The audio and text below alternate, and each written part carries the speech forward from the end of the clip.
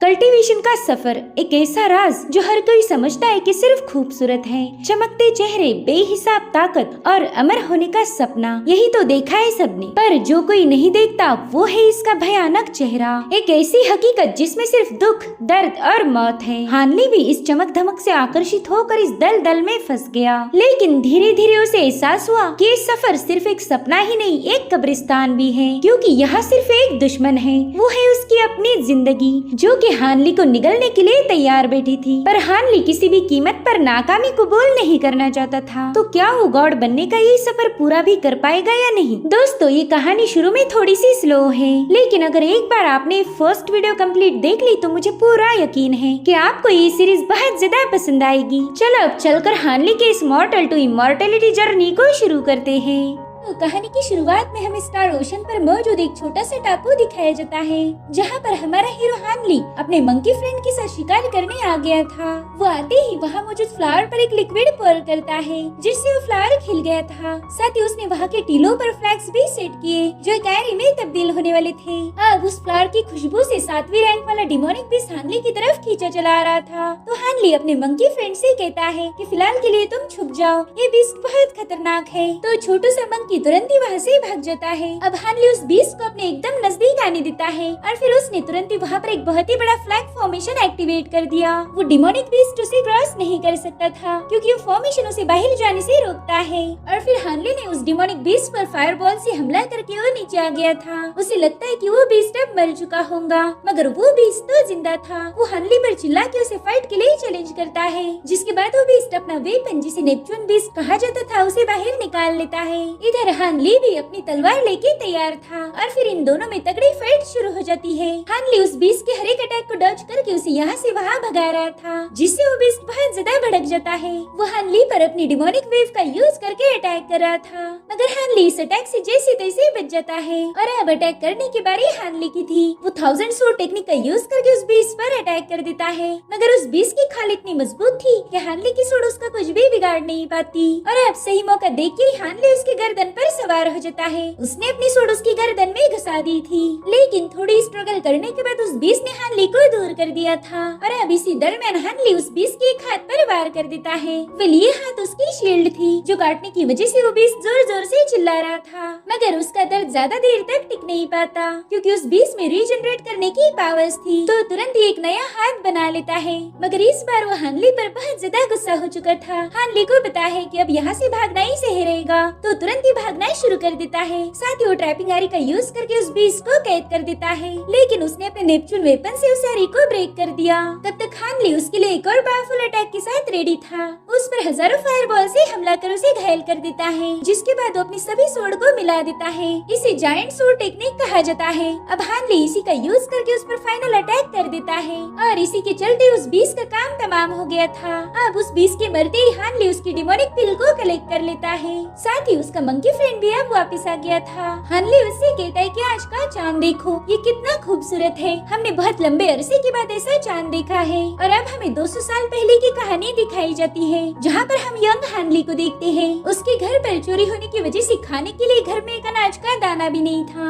हानली के पेरेंट्स कहते कि वुल्फ गैंग ने हमारा सब कुछ लूट लिया, पता नहीं अब हमारा गुजारा कैसे होगा, हमारा छोड़ो हानली का क्या होगा। तभी हानली की मदर कहती कि 7 मिस्ट्रीज से एक डिसाइपल की भर्ती कर रहा है, तो आप उसमें ज्वाइन करो। मगर उसके फादर कह रहे थे कि हानली अब बड़ा हो चुका है, तो हमने उसे वहाँ पर भर्ती के लिए भेज देना चाहिए। अगर वो हमारे साथ रहा तो भूखमरी का शिकार होगा, लेकिन अगर वो सेक्ट ज्वाइन करता है तो उसका भविष्य उज्जवल होगा। साथ ही उसका सेक्ट हमें थोड़े बहुत पैसे भी देगा। मगर हानली की माँ उसे अपने से दूर भेजने के लिए तैयार नहीं थी। तभी हानली उससे कहता है कि मैं सेक्ट ज्वाइन करूंगा। तो अब ना चाहते हुए भी वो अपने माँ बाप से दूर सेक्ट ज्वाइन करने के लिए निकल पड़ता है। हानली जिस कैरेज में ट्रैवल कर रहा था उसमें 2 और बंदे थे, एक का नाम था जैंग और दूसरा था ली फेई। ये लोग हानली से काफी अच्छे से बात कर रहे थे, तो हानली भी थोड़ा बहुत कंफर्टेबल फील करने लगता है। अब कई दिनों का सफर तय करने के बाद ये लोग सेक्ट में पहुंच जाते हैं। इन्हें रिसीव करने के लिए वू यान नाम का बंदा आया था, मगर वो आते ही इन लोगों के साथ बदतमीजी करना शुरू कर देता है। वो कह रहा था कि यहाँ पर बहुत बदबू है, सड़क छाप कुत्तों से ऐसी ही बदबू आएगी, इसमें तुम लोगों की कोई गलती नहीं। अब उसकी बातें सुनकर ली फेई ने उस पर हमला कर दिया था, मगर वो बंदा ही उस पर भारी पड़ जाता है। ये देखकर जैंग ने भी उसके साथ मारपीट करना शुरू कर दी थी और इस तरह से पीटते पिटाते ये लोग 7 मिस्ट्रीज से तक पहुंच जाते हैं। वहाँ के एल्डर में सबको बता रहे थे कि तुम सभी बहुत लकी हो, क्योंकि इस साल की परीक्षा बहुत आसान है। अगर तुम उसे पास कर पाए तो तुम हमारे डिसाइपल बन जाओगे। क्या तुम लोगों को वो पिक नजर आ रहा है? वेल, इसी जगह पर अगर तुम दोपहर होने से पहले पहुंच जाओ तो समझ लो कि तुम पास हो गए हो। दरअसल इस पिक को बोन रिफाइनिंग क्लिफ कहा जाता था, जो कि बहुत ही ऊंचाई पर मौजूद है। तो अब इनका एग्जाम स्टार्ट हो जाता है। सभी लोग बड़ी तेजी से भाग रहे थे। हानली और उसके दोस्त ने जंगल का रास्ता ऑलमोस्ट क्रॉस कर लिया था, मगर अब उन्हें एक पहाड़ पर क्लाइंब करना था और मुसीबतें यही से शुरू होने वाली थी। जैंग हानली को बताता है कि भाई तुम आगे चले जाओ, मैं तुम्हारे पीछे आ जाऊंगा। तो हानली ने भी उस पहाड़ पर क्लाइंब करना शुरू कर दिया। वहाँ पर ढेर सारे और भी लोग थे। उसमें से एक बंदा हानली को नीचे गिराने की कोशिश करता है, मगर हानली अपनी रोप नहीं छोड़ता। ये लोग पिक के काफी करीब आ गए थे, लेकिन कुछ कॉन्टेस्टेंट एक दूसरे को नीचे गिराने में लगे हुए थे, जिससे कुछ लोगों की मौत भी हो जाती है। और ये सब देखकर जैंग काफी ज्यादा डर गया था, क्योंकि उसने आज तक ऐसे घिनौने लोग नहीं देखे थे। अब हानली ने भी उस पहाड़ को जैसे तैसे क्लाइंब कर लिया। वहाँ पर ली फेई मौजूद था और थोड़ी देर में जैंग भी वहाँ पर आ जाता है, मगर ये लोग वहाँ से आगे नहीं जा सकते थे, क्योंकि पिक पर जाने वाले रास्ते में कुछ लड़के मौजूद थे जो इन्हें आगे जाने से रोकने लगते हैं। ली फेई तो इन सब से गिव अप कर देता है, मगर हानली हार मानने वालों में से नहीं था। वो कहता है कि हम दूसरे वाले रास्ते से ऊपर जाएंगे, लेकिन वो रास्ता बहुत ज्यादा स्टीफ था। तो हानली अपने दोस्तों से कहता है कि यहाँ बैठने से कुछ नहीं होगा, इससे अच्छा तो ये है कि एटलीस्ट हम उस रास्ते को ट्राई करें। तो हानली और जैंग उस रास्ते से निकल पड़ते हैं। वो दोनों अपनी पीठ से पीठ मिलाकर ऊपर जा रहे थे। उनकी बहादुरी देख के सेक के लीडर वांग और एल्डर में काफी ज्यादा इम्प्रेस हो गए थे, लेकिन तभी कॉन्टेस्ट का वक्त खत्म हो जाता है। एल्डर में कहते हैं कि इन दोनों की सारी मेहनत जाया हो गई, लेकिन सेक लीडर वांग इन दोनों को सिलेक्ट करना चाहते थे। वो कह रहे थे कि ये दोनों काफी मेहनती है, इसलिए हमने कभी कभार सेक के रूल्स को तोड़ना चाहिए। लेकिन एल्डर में उन्हें समझाते हैं कि जब हम वुल्फ गैंग के साथ बैटल करेंगे तब हमें पावरफुल लोगों की जरूरत पड़ेगी। ये दोनों मेहनती तो है लेकिन पावरफुल नहीं। तो सेक मास्टर वांग अपना फैसला बदल देते हैं। उन्होंने एग्जाम खत्म होने की अनाउंसमेंट कर दी थी। इस एग्जाम में 9 डिसाइपल्स को सिलेक्ट किया गया था। तब तक ये दोनों भी वहाँ पर पहुँच जाते हैं। वांग कहते कि एग्जाम अब खत्म हो चुका है, तुम में से कुछ लोग मंजिल के बहुत करीब थे, लेकिन इतना काफी नहीं। आगे चल के बहुत ही खतरनाक जंग हमारा इंतजार कर रही है, तो हम ऐसे लोगों को मौका नहीं दे सकते। लेकिन हारे हुए लोगों ने अपनी उम्मीद खोनी नहीं चाहिए। तुम अगले साल फिर से कोशिश कर सकते हो। यहाँ पर उयान है, इसने लगातार 3 साल कोशिश की और अब ये हमारा डिसाइपल बन चुका है। इधर हानली और जैंग की पहाड़ को क्लाइंब करके हालत खराब हो चुकी थी, मगर इतनी मेहनत करने के बावजूद भी वो नाकाम हो जाती है। और तभी वहाँ पर डॉक्टर मो आ जाते हैं। वो हानली और जैंग को बुला रहे थे। वो कह रहे थे कि फिलहाल मेरे पास डिसाइपल्स की कमी है और ये दोनों मुझे काफी पसंद आए। भले ही इन लोगों ने टेस्ट पास नहीं की, मगर ये बहुत क्लोज थे, इसलिए मैं उन्हें एक मौका देना चाहता हूँ। इसमें वांग भी तुरंत अग्री हो जाते हैं। तो एल्डर में इन लोगों को बताते हैं कि आज से डॉक्टर मो तुम्हारे मास्टर हैं। ये सुन के तो हानली और जैंग बहुत ज्यादा हैप्पी थे। अब डॉक्टर मो उन्हें डिवाइन पाम वैली लेके आते हैं। ये वैली जन्नत जैसी खूबसूरत थी और यहाँ पर बस ये तीनों ही रहते थे। साथ ही कल्टीवेशन करने के लिए इससे बेहतर जगह और कोई नहीं हो सकती। अब यहाँ से हानली और जैंग की जिंदगी का एक नया सफर शुरू हो गया था। हानली बताता है कि डॉक्टर मो हमें खास कल्टीवेशन मेथड सिखा रहे हैं ताकि हम अपनी बॉडीज को इनहांस कर पाए। वेल, इस मेथड को सीखने में बहुत समय लगने वाला था, मगर डॉक्टर मो बताते हैं कि एलिक्सर्स का यूज करके इसे तेजी से सीखा जा सकता है। अब एलिक्सर्स बनाने के लिए रेयर हर्ब्स की जरूरत थी, तो डॉक्टर मो उन्हें हर्ब्स की जानकारी देना शुरू करते हैं। वो कह रहे थे कि फॉर्मूला मैच करने के लिए सही हर्ब को पहचानना आना चाहिए, साथ ही इन पौधों को मैच्योर होना भी जरूरी था। वो बताते हैं कि कुछ पौधे 100 सालों के होने के बाद ही हम उन्हें यूज कर सकते हैं। साथ ही एलिक्सर बनाते वक्त मेजरमेंट भी एक्यूरेट होनी चाहिए। तो इस तरह से इन लोगों की एलिक्सर बनाने की प्रोसेस शुरू हो गई थी। साथ ही डॉक्टर मो ने उन्हें पढ़ना लिखना भी सिखा दिया था। ये लोग मिलकर खाना पकाते और पौधों का ख्याल रखते थे। समय के साथ साथ हानली और जैंग की दोस्ती भी गहरी हो गई और फिर थोड़े ही दिनों में हानली फॉरर स्प्रिंग स्किल की 0 स्टेज पर पहुंच जाता है, यानी कि यहाँ से उसकी मेरिडियन ओपन हो गई थी। इतना ही नहीं, जब भी डॉक्टर मो घर घायल डिसाइपल्स का इलाज करते तब हानले और ज़ैंग उनकी हेल्प किया करते थे, जिस वजह से उनका मेडिसिन का नॉलेज भी बहुत ज्यादा बढ़ गया। लेकिन इसी दरमियान उन्हें पता चला कि उनके सीनियर वो लंबे अरसे से बीमार है। एक रात तो उनकी खांसी रुकने का नाम नहीं ले रही थी, तो वो इन्हें माउंटेन से एक रेयर हर्ब लाने के लिए बता देते हैं। तो अगले ही दिन ये लोग माउंटेन पर पहुंच चुके थे, लेकिन जिस हर्ब की इन्हें तलाश थी वो चट्टानों की दरारों में उगा करता था, जिस वजह से ज़ैंग रस्सी को पकड़ लेता है और हानली नीचे उतर के उस हर्ब को कलेक्ट कर लेता है। और अब वापस ऊपर जाने के बाद वो देखता है कि ज़ैंग को तो उल्फ गैंग के लोगों ने पकड़ के रखा था। वो ज़ैंग की पिटाई करते हैं, तो हानले उनसे कह रहा था कि हम बस 2 लोग हैं, इसलिए तुम हमें परेशान कर रहे हो। जिस पर जियाबो नाम का बंदा कह रहा था कि अगर तुम्हें ऐसा लगता है तो चलो फिर 1 on 1 मेरा मुकाबला करो, देखते हैं तुम में कितना दम है। इतना कहकर उसने हानले की पिटाई करना शुरू कर दी थी। हानले भी फाइट बैक करने की कोशिश करता है, मगर जियाबो ने उसका हाथ मरोड़ दिया। वो कह रहा था लड़के तुम तो बहुत बहादुर हो, देखते हैं कि तुम्हारा हाथ तोड़ने के बाद तुम्हें कितनी बहादुरी बाकी रहेगी।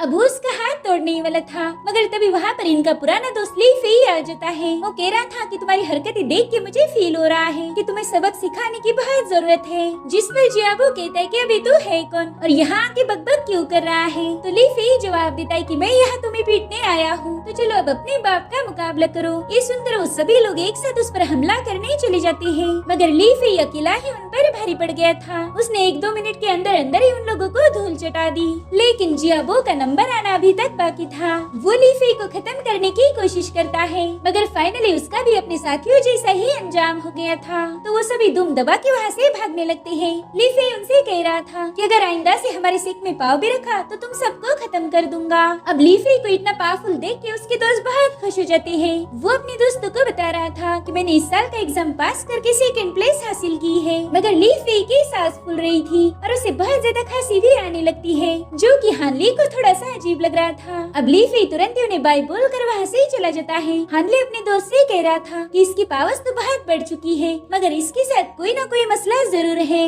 जिसके बाद ये लोग भी वापस जा रहे थे। इधर ली फेई की हालत काफी ज्यादा खराब हो जाती है, तो वो वहीं पर गिर जाता है। इधर हानले भी उसके लिए काफी परेशान था। वो ज़ैंग से कहता है कि तुम हर्ब लेके घर चले जाओ, मैं ली फेई से मिल के आता हूँ। तो ज़ैंग वहाँ से घर जाता है और हानले सीधा ली फेई के पास पहुँच चुका था। वो तुरंत ही अपनी निडल्स का यूज करके उसे चेक करता है, मगर तभी उसकी नजर ली फेई ने पकड़ी हुई बोतल पर जाती है। वो तुरंत ही समझ गया था कि एसेंस एक्सट्रैक्शन पिल है। तो वो ली फेई से कहता है कि तुमने इन्हीं पिल की मदद से अपनी पावर्स बढ़ाकर एग्जाम को पास किया। ली फेई ये पिल कंज्यूम करने के बाद तुम्हारी पावर और स्पीड तो बढ़ जाती है, मगर वो इतनी ही तेजी से तुम्हारी एनर्जी को भी खत्म कर देती है। ये ड्रग एक एडिक्शन है जिसके बगैर तुम रह नहीं पाओगे। हानली तो अपने दोस्त पर बहुत ज्यादा गुस्सा था, मगर फिर भी ली फेई एक पिल कंज्यूम करके उठ जाता है। वो कह रहा था कि मेरे भाई प्लीज इस बारे में किसी को कुछ मत बताना, ये बात बस हम दोनों के बीच रहनी चाहिए। मुझे पता है कि मैंने सब गलत किया और मैं इसके लिए तुमसे माफी मांगता हूँ, मगर मेरे पास कोई और चारा नहीं था। तो हानली कहता है कि तुम्हें मुझ पर भरोसा करना होगा,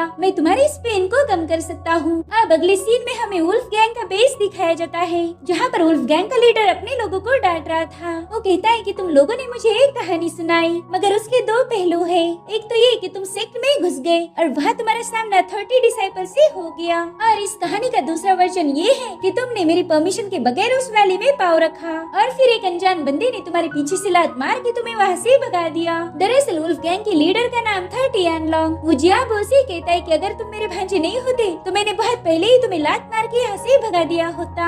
चलो अब जल्दी से यहाँ से दफा हो जाओ, वरना मैं अपना इरादा बदल दूंगा। तो जियाबो के दोस्त उसे तुरंत ही वहाँ से दूर लेके जाते हैं। अब वहाँ मौजूद एक बंदा कह रहा था कि घबराओ मत, इस इंसिडेंट से कुछ नहीं होगा और न ही इसका असर हमारी आगे की प्लानिंग पर होगा। वही दूसरी तरफ डॉक्टर मो कह रहे थे कि तुम दोनों लगभग 1 साल से मेरे साथ हो, तो चलो अब तुमने अभी तक क्या सीखा है चेक करेंगे। वो देखते कि ज़ैंग ने तो कोई प्रोग्रेस नहीं की, जिससे वो बहुत डिसअपॉइंट हो चुके थे, मगर जब वो हानले की ची पावर को चेक करते हैं वो बहुत ज्यादा इम्प्रेस हो गए थे। वो कहते ज़ैंग हानले ने बहुत ज्यादा इम्प्रूवमेंट की है, मगर तुम तो जैसे के वैसे हो। तो ज़ैंग उन्हें रिक्वेस्ट कर रहा था कि मास्टर प्लीज मुझे घर से बाहर मत निकाले। तो मास्टर कहते हैं कि मेरे पास तुम्हारे लिए एक खास कल्टीवेशन मेथड है, मेरे ख्याल से वो तुम्हें ज्यादा सूट करेगी। तो अब डॉक्टर मोस से कड़ी मेहनत कराना स्टार्ट कर देते हैं। उसने जल्दी ही आर्मर्ड एलिफेंट स्किल को मास्टर कर लिया था, मगर हानले से बस मेडिटेशन करवाया जा रहा था। और अब हमें सीधे 3 सालों बाद की कहानी दिखाई जाती है। मास्टर ज़ैंग की इम्प्रूवमेंट से बहुत खुश थे, साथ ही उन्होंने हानले के लिए ढेर सारे एलिक्सर बना लिए, जिससे उसकी कल्टीवेशन बेस इम्प्रूव होगी। मास्टर कहते कि मेरी हेल्थ बहुत तकलीफ दे रही है, इसलिए मुझे हर्ब्स कलेक्ट करने जाना पड़ेगा, तब तक तुम दोनों अच्छे से प्रैक्टिस करना।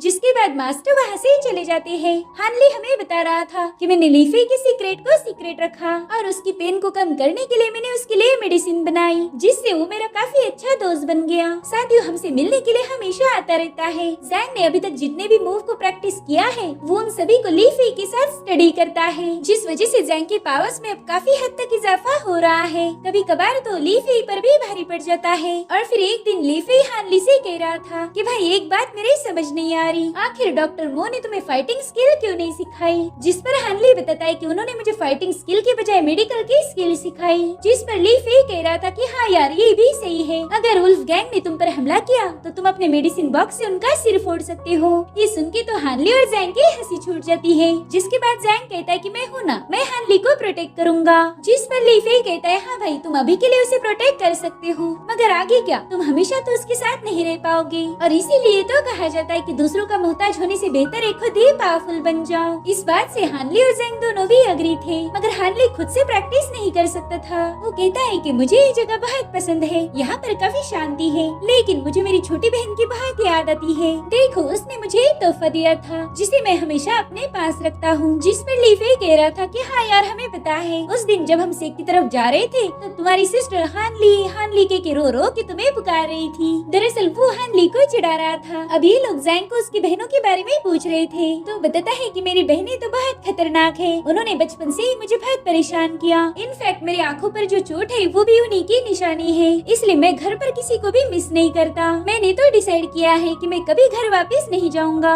यहाँ पर तो मैं बहुत खुश हूँ, मैंने आर्मर्ड एलिफेंट स्किल को ऑलमोस्ट मास्टर कर लिया, इसीलिए अब मुझे कोई परेशान नहीं कर सकता। और किस्मत से मेरे पास तुम्हारी जैसी दोस्त है, तो मुझे और किसी की जरूरत नहीं, हम हमेशा दोस्त रहेंगे। अब हानली और जैंग की लाइफ डिवाइन वैली में काफी अच्छे से गुजर रही थी। मो ने एलिक्सर बनाना सिखा रहे थे, लेकिन वो हानली को सिर्फ फॉरएवर स्प्रिंग स्किल को प्रैक्टिस करने बोलते हैं, जिस वजह से कभी कभार हानली को उन पर शक भी होता था कि आखिर वो उसे फाइटिंग स्किल क्यों नहीं सिखाते। मगर फिर वो अपने दोस्तों के साथ अपना गम भूल जाता। लेकिन एक दिन उसे एक अजीब सा सपना आया, जिसमें उसे एक एलिक्सर की बोतल नजर आती है और फिर उस बोतल में कहीं से ग्रीन लिक्विड भरा जा रहा था। लेकिन ये सपना पूरा हो पाए इससे पहले खिड़की की आवाज से हानली की नींद खुल जाती है। अब वो उस विंडो को क्लोज करने चला जाता है, मगर उसे थोड़ी दूरी पर वही ग्रीन बोतल नजर आ रही थी जो उसने अभी अभी सपने में देखी थी। तो हानली उस रोशनी को फॉलो करते हुए जंगल में पहुंच जाता है। वो बोतल एक पेड़ के रूट के पास रखी हुई थी, तो हानली तुरंत उसे कलेक्ट करके घर की ओर भागने लगता है। वो सीधे जैंग के रूम में चला गया था, मगर जैंग तो वहाँ पर था ही नहीं। और अब अचानक से तूफान आ जाता है। हानली सोच रहा था कि इतनी तेज बारिश और तूफान में उसका दोस्त कहाँ गया होगा, इसलिए वो उसे जंगल में ढूंढने चला जाता है। वहीं दूसरी तरफ हम जैंग को देखते हैं जो किसी बंदे को फॉलो कर रहा था। तूफान की वजह से उसे हानली की आवाज सुनाई नहीं दे रही थी और अब ये सीन यहीं पर कट हो जाता है। वही हानली अपने दोस्त को इधर उधर ढूंढ रहा था और तभी वो फिसल के गिर जाता है। उसके सामने एक पेड़ पड़ा हुआ था, साथ ही वहाँ के पेड़ पर ताजे खून के निशान थे। हानली तो उसे देखकर बहुत ज्यादा डर जाता है और अब हमें सीधे 1 महीने बाद का सीन दिखाया जाता है। हानली अभी भी अपने दोस्त के टेंशन में था और तभी वो देखता है कि उसके मास्टर वो घर पे वापस आ गए हैं। वो उन्हें बता रहा था कि शायद जैंग को कुछ हो गया है। वो अब उन्हें वीड दिखाने ही वाला था, मगर तभी डॉक्टर मो कहती कि हाँ मुझे पता है, दरअसल जैंग अपने घर वापस चला गया।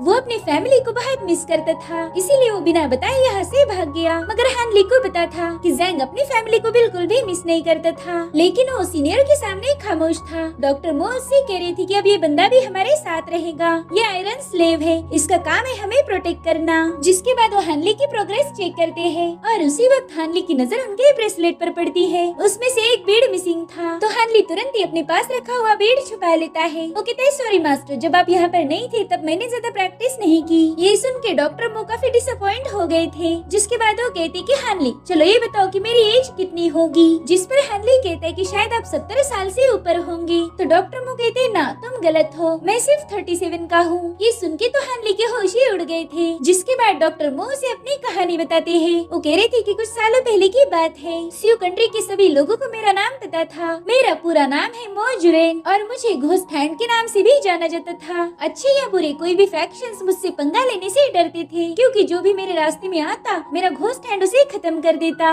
मगर फिर एक दुश्मन ने मुझे चालबाजी से पॉइजन दे दिया। उस वक्त मैं मरने ही वाला था, लेकिन मेरी मेडिकल स्किल ने मेरी जान बचाई। हालांकि मुझे इससे ज्यादा खुशी नहीं हुई, क्योंकि मैं जवानी में ही बुढ़ा दिखने लगा। मेरी रिकवरी का बस एक ही रास्ता है, जो कि है मेरे मेरिडियंस को अनब्लॉक करना। लेकिन ये काम बस वही बंदा कर सकता है जिसके पास फॉरएवर स्प्रिंग स्किल हो। मैंने 100 से भी ज्यादा बच्चों को स्किल सिखाने की कोशिश की, मगर उनमें से कोई भी मेरी बॉडी के अंदर मौजूद ची को मूव नहीं कर पाया, सिवाय तुम्हारे। तुम्हें खुद ऊपर वाले ने ही मेरी मदद करने भेजा है, मगर 3 सालों से प्रैक्टिस करके भी तुम चौथे लेवल पर पहुंच नहीं पाए। इसीलिए मैं तुम्हारे लिए हब ढूंढने चला गया और मेरा मुकाबला मेरे पुराने दुश्मन से हो गया। उसके साथ फाइट में मैं और ज्यादा घायल हो चुका हूँ और अब मेरे पास बस 1 साल का वक्त बचा है। जिस पर हनली कह रहा था कि मास्टर मैं अपनी तरफ से पूरी कोशिश करता हूँ, मगर अभी तक मैं इसे मास्टर नहीं कर पाया। तो डॉक्टर मुझसे कहते कि इस वाटर को कंज्यूम करो, इससे तुम्हें ब्रेक थ्रू करने में ज्यादा वक्त नहीं लगेगा। दरअसल ये एक पॉइजन है, इसे पीने के बाद तुम्हारे पास भी मेरे जैसे 1 साल का ही वक्त रहेगा।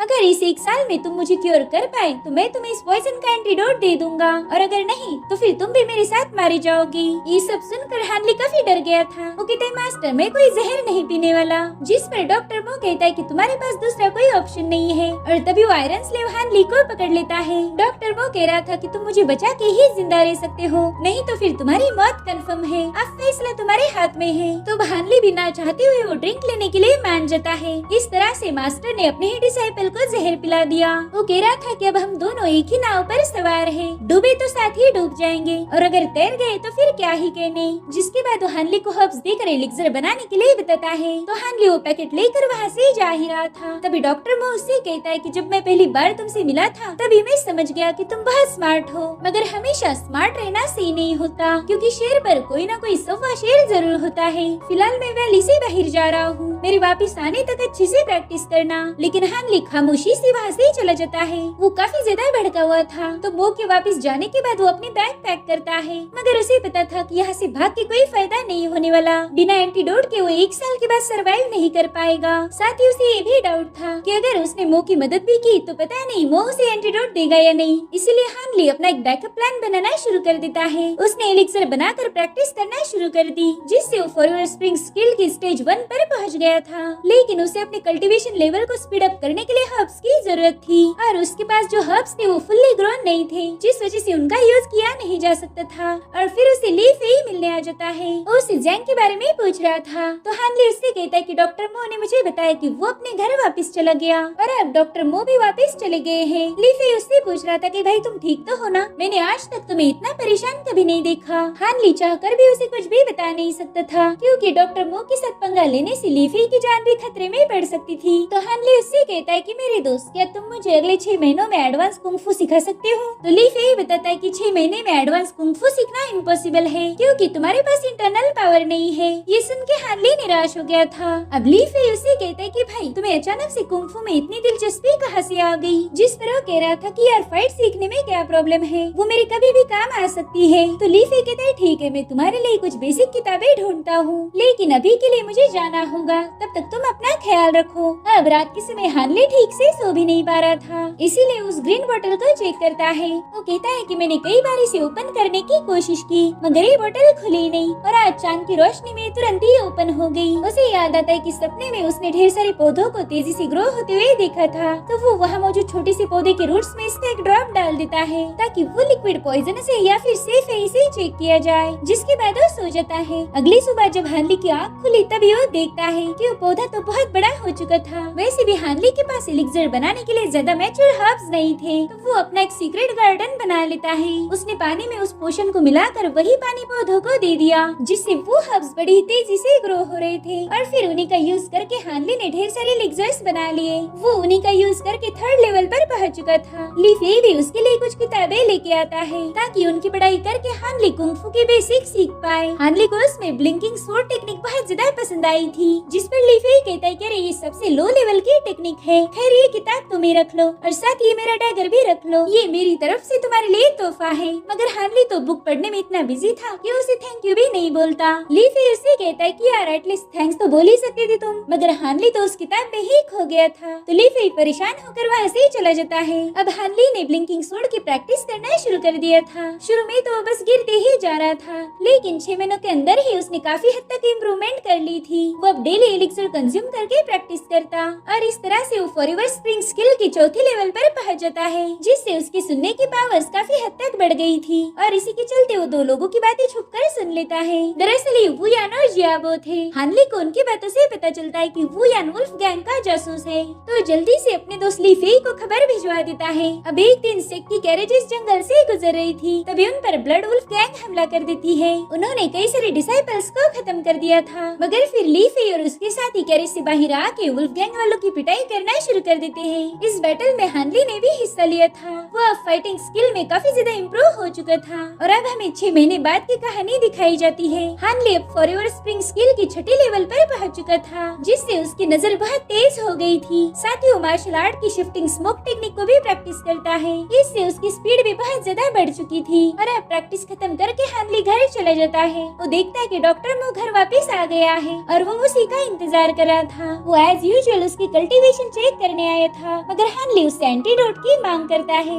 हानली उससे कह रहा था कि मैंने ब्रेक थ्रू कर लिया है, मगर बिना एंटीडोट के मैं तुम्हारी हेल्प नहीं करूँगा। ये सुनकर मो ने तुरंत उसे एंटीडोट दे दिया, जिसे कंज्यूम करने के बाद हानली उसके सामने जाके बैठ जाता है। इस बार मो उसकी ची पावर देख के बहुत ज्यादा खुश हो गया था और तभी हानली उस पर डैगर से अटैक करने की कोशिश करता है, लेकिन मो उसके हर एक अटैक को डॉज कर रहा था। वो कहता है कि शायद तुमने मेरी पीठ पीछे बहुत ज्यादा प्रैक्टिस की है और तभी हानली वहाँ पर स्मोक का ब्लास्ट करके उस धुएं के आड़ में छुप गया था। तो मो दरवाजा लगाते हुए कह रहा था कि तुम्हारी टुच्ची ट्रिक्स का मुझ पर कोई असर नहीं होगा। तभी हानली दोबारा से उस पर कूद जाता है। वो मो को घायल करने की पूरी कोशिश कर रहा था, मगर मो उसे तगड़ी टक्कर देता है और फाइनली मो ने उसे कबर्ड के नीचे दबा दिया। उसे लग रहा था कि हानली अब हार मान लेगा, मगर नहीं, हानली हार नहीं मानता और इसी के दरमियान मो ने डिमोनिक सिल्वर हैंड का यूज करके हानली पर अटैक कर दिया, जिससे वो नीचे गिर जाता है। इस अटैक में हानली बहुत ज्यादा घायल हो चुका था। वो देखता है कि मो उसी की तरफ आगे बढ़ रहा है, इसीलिए वो जल्दी से डोर ओपन करके मो की आंखों पर डायरेक्ट सनलाइट गिरा देता है। इससे मो कम्प्लीटली डिस्ट्रैक्ट हो गया था और तब तक हानली ने उस पे पॉइजनस डैगर से अटैक कर दिया। वो उससे पूछ रहा था कि बताओ मेरा दोस्त जैंग कहाँ पर है। तो मो उससे कहता है कि तुम तो बहुत स्मार्ट हो, तुमने तो अभी तक समझ जाना चाहिए था कि वो कहाँ पर है।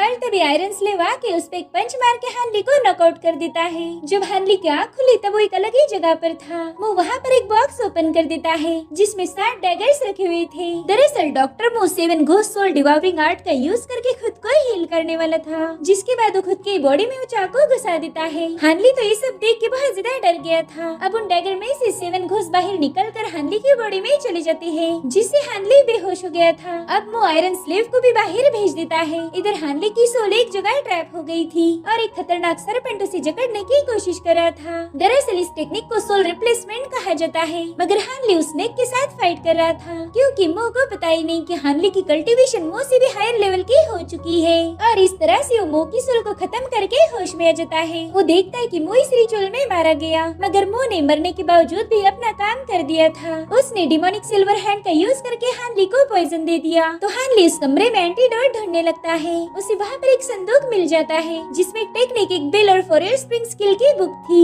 उस बुक को पढ़ के हानली समझ गया था कि कोई आम मेथड नहीं बल्कि इमॉर्टलिटी कल्टीवेशन की मेथड है। तो हानली वो संदूक लेकर वहाँ से भागने लगता है, मगर तभी आयरन स्लेव उस पर अटैक करने आ गया था। हानली उसके अटैक को डॉज करके कह रहा था कि अब मो मर चुका है, इसीलिए तुम्हें उसकी गुलामी करने की कोई जरूरत नहीं। मगर वो स्लेव उसकी एक नहीं सुनता। उसने हानली को पकड़कर दीवार पर दे मारा, जिस वजह से बाहर रखी हुई बेल नीचे गिर जाती है और बेल की आवाज सुनते ही वो स्लेव अपना अटैक रोक देता है। हानली ये देखकर समझ जाता है कि इस बंदे को बेल से काबू किया जा सकता है, जिसके बाद उसका नकाब हटा देता है। वेल ये कोई और नहीं बल्कि हानली का दोस्त जैंग था। हानली तो उसे देखकर बहुत ज्यादा शौक हो जाता है। वो उसे जगाने की कोशिश कर रहा था, मगर जैंग कोई रिस्पॉन्ड नहीं करता। तो हानली संदूक में मिली हुई टेक्निक को चेक करता है और इससे उसे पता चला कि जैंग को ह्यूमन पपेट में बदल दिया है। उसके अंदर कोई भी फीलिंग, सोल या स्पिरिट नहीं थी। ये सब देखकर हानली बहुत ज्यादा मायूस था, क्योंकि उसके प्यारे दोस्त को बस अब एक बेल की रिंग से कंट्रोल किया जा सकता है। बस हानली को उसका मास्टर बनने के लिए अपना खून उसकी आंखों पर लगाना था। तो जैंग को अपने पास रखने के लिए अपना हाथ काट के ब्लड उसकी आंखों पर लगा देता है, जिससे जैंग अब हानली के कंट्रोल में आ गया था। वो कह रहा था कि मेरा दोस्त जैंग तो जा चुका है,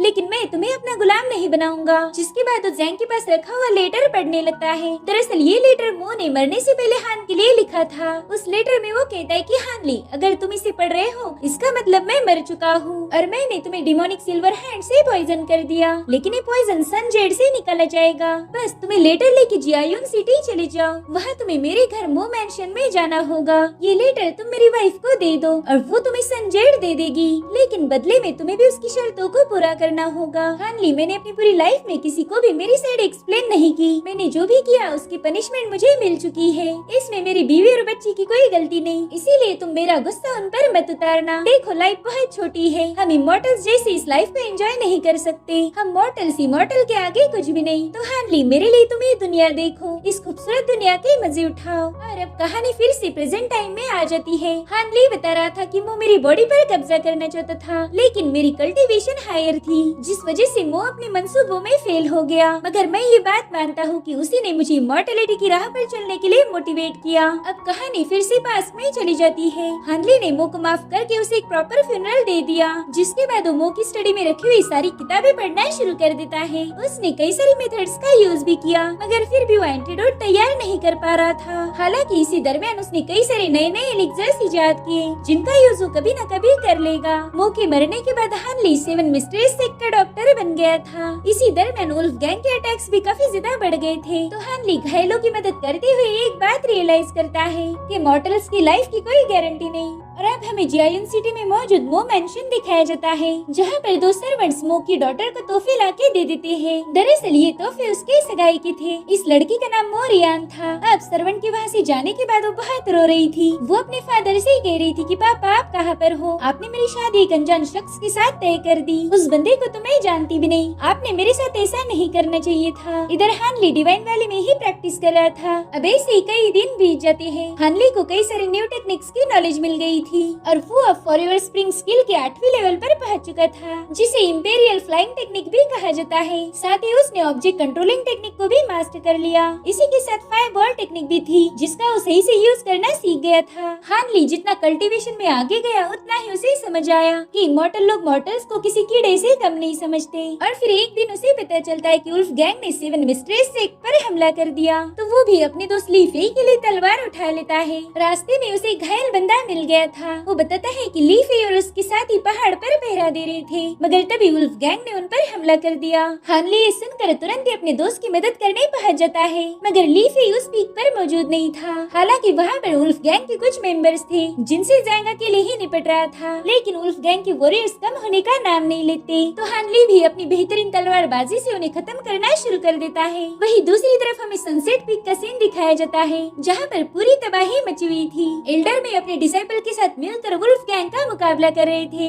और इस बार तो वुल्फ गैंग का लीडर भी जंग में उतर गया। एल्डर में देखते कि वुल्फ गैंग के लोग तादाद में बहुत ज्यादा है, और इनके तो कई सारे डिसाइपल्स भी मर चुके थे। तो ये लोग वहाँ से भागना शुरू कर देते हैं, लेकिन टियान लॉन्ग ने तो ठान लिया था कि आज की रात 7 मिस्ट्रेस सेक्ट की आखिरी रात होगी। इधर सेक्ट के हेड भी तबाही देख रहे थे। वो कहते टियान लॉन्ग, इस बार तो तुमने हद पार कर दी। इधर लीफ एक अलग ही पिक पर था, जहाँ पर वुल्फ गैंग के लोग उसे चारों ओर से घेर लेते हैं, और अब इनमें हमें खतरनाक फाइट देखने को मिलती है। ली फेई ने अपनी तलवारबाजी के दम पर उन सभी को मौत के घाट उतार दिया था, मगर तभी वहाँ पर और लोग पहुँच जाते हैं। ली फेई अकेला ही उनसे फाइट कर रहा था, और इसी दरमियान एक बंदे ने उसे घायल कर दिया, जिसके बाद उसे लात मार के बहुत दूर फेंक देता है। इसी चक्कर में ली फेई पहाड़ से नीचे गिरने वाला था, मगर उस समय रहती चोटी को पकड़ लेता है। अब वो लोग उसे खत्म करने ही वाले थे कि तभी उन पर पीछे से अटैक हो जाता है। उन सभी को एक ही सेकंड के अंदर खत्म कर दिया था, और ये काम करने वाला कोई और नहीं बल्कि हमारा हीरो हानली था। अब वो अपने दोस्त को ऊपर खींच के उसके घाव चेक करता है, मगर ली फेई दोबारा से फाइट करने जा रहा था।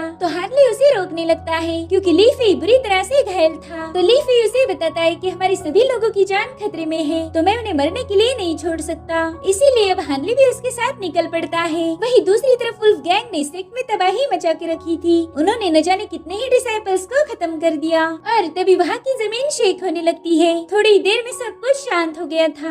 अब टियान लोंग एल्डर वांग से कह रहा था कि मेरे दोस्त, हमें मिलकर तो जमाना हो गया, मुझे तुम्हारी बहुत याद आई थी, इसलिए मैं यहाँ चला आया। चलो अब हमारी सालों पुरानी दुश्मनी को आज खत्म कर देते हैं। जिस पर वांग कह रहे थे कि ठीक है, चलो आज इसका फैसला किया जाएगा। तो टियान लोंग उनसे कहता है कि अगर तुम लोग सरेंडर कर दो तो शायद बहुत से लोगों की जान बच जाएगी। तो एल्डर वांग उसे बताते हैं कि तुम जहाँ पर खड़े हो ये सनसेट पिक है, एक ज्वालामुखी पर बनाया गया है। हमारे सिख के सातवें लीडर ली के पास डिवाइन पावर्स थी, जिसकी मदद से उन्होंने इस माउंटेन के नीचे एक ट्रिगर बनाया। अगर उस ट्रिगर को हल्का भी पुश किया जाए तो ये पूरा बेस डिस्ट्रॉय हो जाएगा। इससे यहाँ पर एक बहुत ही बड़ा भूकंप आएगा और हम सभी यहीं पर गाड़े जाएंगे। मगर टियान लोंग को उनकी बातों पर यकीन नहीं हो रहा था, तो वांग उसे यकीन दिलाने के लिए ट्रिगर को थोड़ा सा पुश करवाते हैं, जिससे वो जमीन दोबारा से शेक हो रही थी। तो अब टियान लोंग को यकीन हो जाता है। वो कह रहा था, वांग अब तो हम सभी एक ही नाव में सवार हैं, हम में से कोई भी हार मानने के लिए तैयार नहीं। जिस पर वांग कहते हैं कि इस जंग को खत्म करने का एक और रास्ता है, हम ड्यूल चैलेंज कर सकते हैं, हम दोनों एक डेथ कॉन्ट्रैक्ट साइन करेंगे। तो टियान लोंग भी इसमें राजी हो गया था। इधर ली फेई हान ली से कहता है कि वुल्फ गैंग हम पर भारी पड़ गई, इसीलिए हमारे लीडर ये कॉन्ट्रैक्ट साइन कर रहे हैं। वो बस हमारे डिसाइपल्स को बचाना चाहते हैं, मगर पता नहीं कि टियान लोंग कॉन्ट्रैक्ट की शर्तों पर खरा उतरेगा।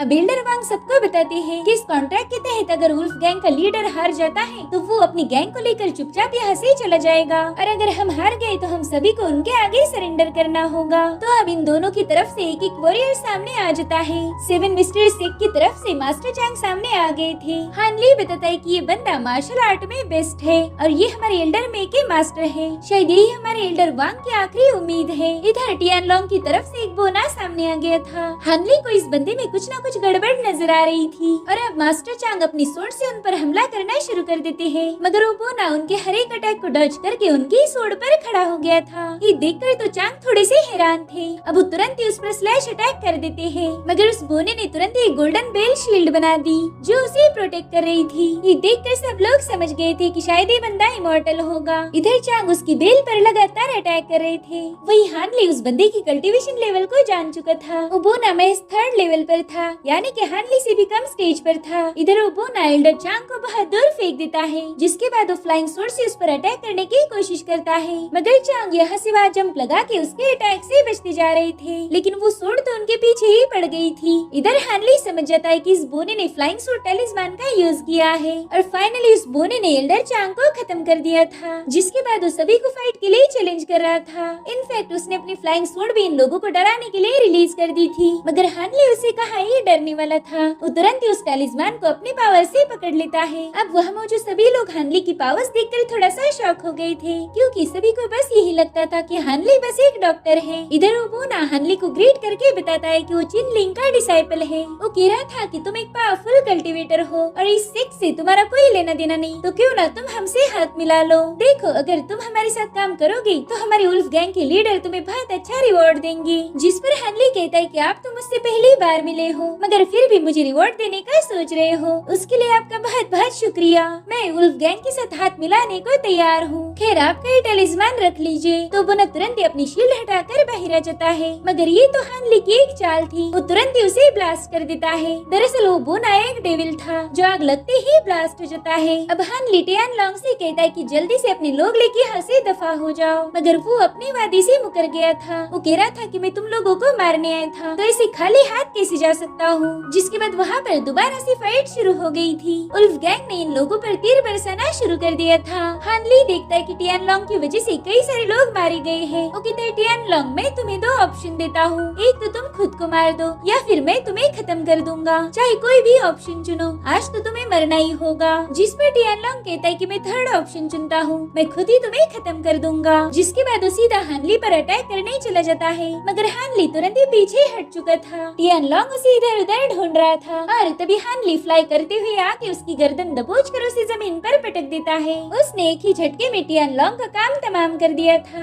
ये देखकर वहाँ मौजूद सभी लोग शॉक हो जाते हैं। उन सभी को हान ली से डर लग रहा था। इनफैक्ट उसके सिख के लोग ही उसका ये रूप देख के डर गए थे। अब अगले दिन हान ली ली फेई से मिलने जाता है। सबसे पहला तो उसकी इंजुरी चेक कर रहा था, मगर ली फेई उससे पूछता है कि भाई तुम कल्टीवेटर कब बन गए। जिस पर हान ली कह रहा था कि इससे कोई फर्क नहीं पड़ता, मैं पहले जैसा था वैसा ही हूँ। इस बात पर ली फेई कहता है कि हाँ यार, तुम्हें तो जरा सा भी घमंड नहीं है। जिसके बाद वो जैंग के बारे में पूछ रहा था, तो हान ली उसे झूठ बोलता है वो कह रहा था कि जैंग अपने घर जा चुका है और वो वहाँ पर काफी खुश भी है। जिसके बाद वो ली फेई को एनर्जी रिस्टोरिंग एलिक्सर और एसेंस एक्सट्रैक्शन पिल के असर को सप्रेस करने का फॉर्मूला दे देता है। ये सब देखकर ली फेई समझ गया था कि हानले अब वहाँ से जाने वाला है, जिससे वो काफी मायूस हो गया था। हानले उसे बताता है कि पिछली रात यहाँ पर जो कुछ भी हुआ उसके बाद मैं यहाँ पर नहीं रह सकता। जिस पर ली फेई कह रहा था कि तुमने दूसरों की बातों पर ज्यादा ध्यान नहीं देना चाहिए, तुमने हम सबकी जान बचाई है, तुम हमेशा मेरे खास दोस्त रहोगे। ये सब सुनकर हानले भी अभी इमोशनल हो गया था। वो कहता है ली फेई तुमने ये डैगर मुझे दिया था और ये मेरे लिए गुड लक लेके आया, लेकिन आज मैं ये तुम्हें वापस कर रहा हूँ इस उम्मीद में कि तुम ये मेरी निशानी समझ के अपने पास रखोगे। चलो अब मुझे जाना होगा। इतना कहकर वो अपने दोस्त के गले लग जाता है। वो अब काफी ज्यादा इमोशनल हो गया था, इसीलिए वो जल्दी से रूम से बाहर आ जाता है। ली फेई उससे कह रहा था कि मेरे दोस्त तुम बस कल्टीवेशन पर फोकस करो और तुम्हारी फैमिली का मैं पूरा ख्याल रखूंगा। तो इस तरह से हानली अपनी कल्टीवेशन की जर्नी पर निकल पड़ा था। वो जैंग को भी अपने साथ ले जाता है, जिसके एक साइड में इमॉर्टल और दूसरी साइड पर येलो मैजिक वैली लिखा हुआ था। हानली को डाउट था कि इस टोकन में कोई सीक्रेट है, इसलिए वो उसे अपने पास संभाल कर रख देता है। अब ये लोग डॉक्टर मो के शहर पहुंच गए थे। वहाँ पर हम डॉक्टर मो की लड़की को देखते हैं जो ना चाहते हुए भी रेडी हो रही थी। हानली एक होटल के रूम से उस पर नजर रखे हुए था और तभी वहाँ पर एक वेटर आ जाता है। साथ ही वहाँ से बारात भी गुजर रही थी। तो हानली उस वेटर से कहता है कि शायद मो फैमिली में किसी की शादी है। तो बंदा उसी पूरी हिस्ट्री ही बताने लगता है। वो कह रहा था कि आपने मो जुरेन का नाम तो सुना ही होगा,